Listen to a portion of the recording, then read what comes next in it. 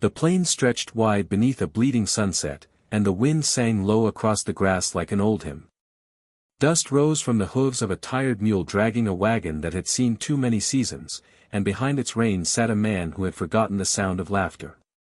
Jedediah Cole rode with the weight of years folded into his shoulders, the loneliness of the land carved into the cracks of his face. He had lived alone so long that even the birds seemed to circle wider when they flew over his homestead, as if the silence that clung to him could chase away flight itself. In his cabin, there were 2 chairs at the table but only one ever used. His nights ended with the scrape of a tin plate and the hollow ring of a fork, and the emptiness always found its way into his chest before the fire went out. Folks in town called him half-ghost, and though he never corrected them, he wondered sometimes if they were right. The Wild West had a way of swallowing men whole. Some were taken by bullets, some by whiskey, others by despair. Jedediah had survived all 3 temptations, though survival was not the same as living. He had buried his wife years ago after fever stole her breath, and the child they had dreamed of never came. Since then, the land had been his companion, his punishment, and his prayer.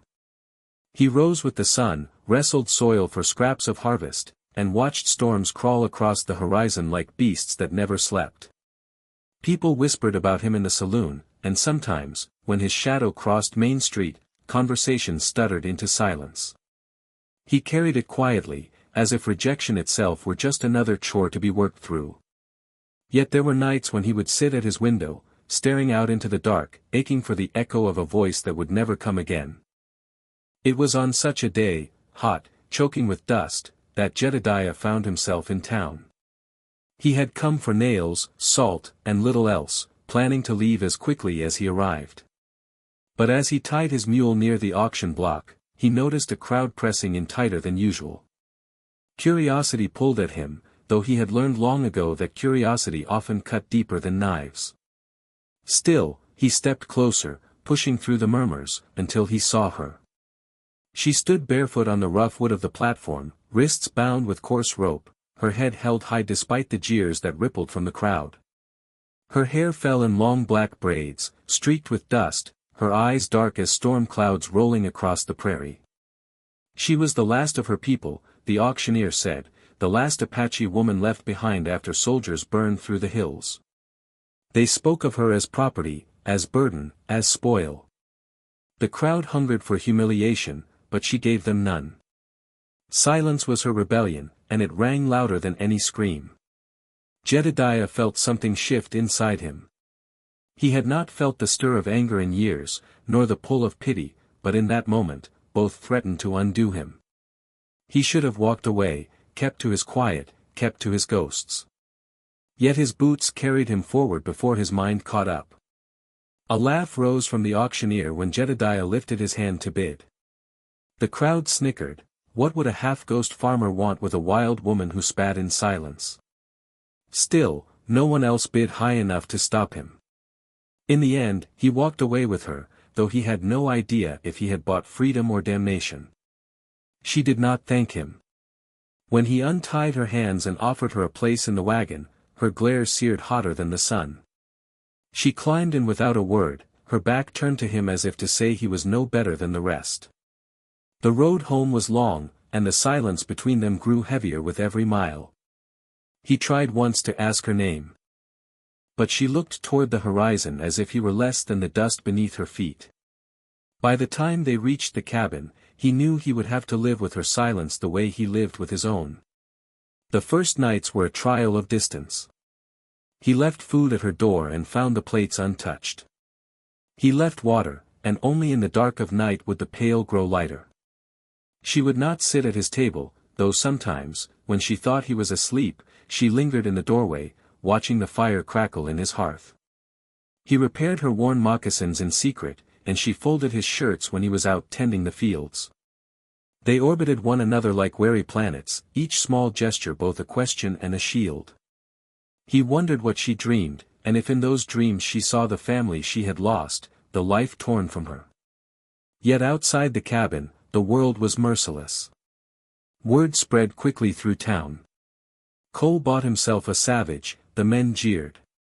"She'll cut his throat one night," the women hissed. Eyes followed them when they walked, lips curling with disgust.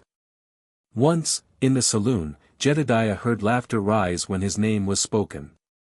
They mocked him for his weakness, for his loneliness, for choosing shame as a companion.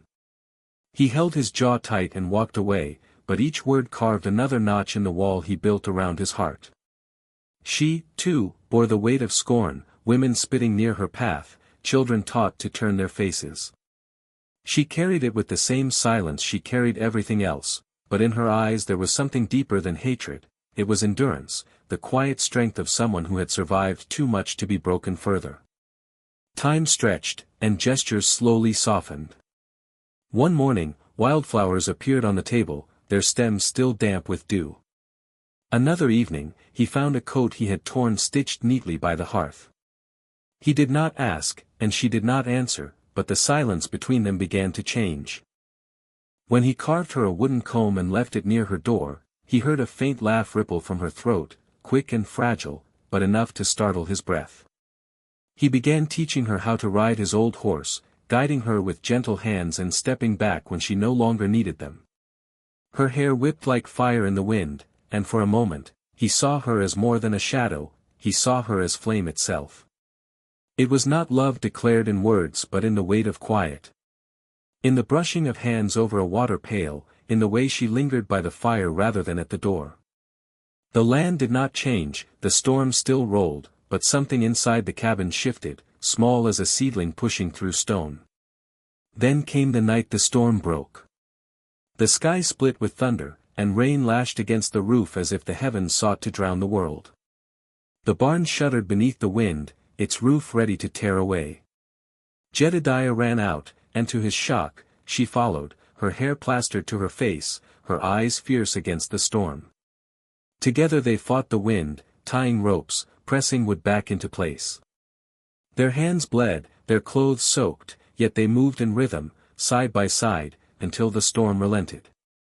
When dawn broke, they collapsed in the mud, exhausted, and for the first time, their laughter rang together, hoarse, broken, but alive. They said nothing of it afterward, yet neither could forget the sound. One evening, when the sky was pale with twilight, Jedediah found himself speaking words he had buried for years. "I thought the world had no place for me either," he confessed softly, staring at the fire. His voice cracked like old timber. She did not answer at first, but then her hand, trembling yet steady, reached for his. Her touch was lighter than breath, but it carried the weight of a vow unspoken. The silence broke fully on a night when stars burned sharp above the plains. She stepped close, placed her palm against his chest, and whispered one word, "Home." His knees nearly buckled, for he had not heard that word spoken with such truth in decades. He bowed his head, not in worship but in reverence, because in that single word lay all the sorrow and survival of two souls who had wandered too long. And in that fragile moment, the years of silence between them shattered, not with thunder, not with declarations, but with the quiet triumph of two broken people finding each other in the wilderness.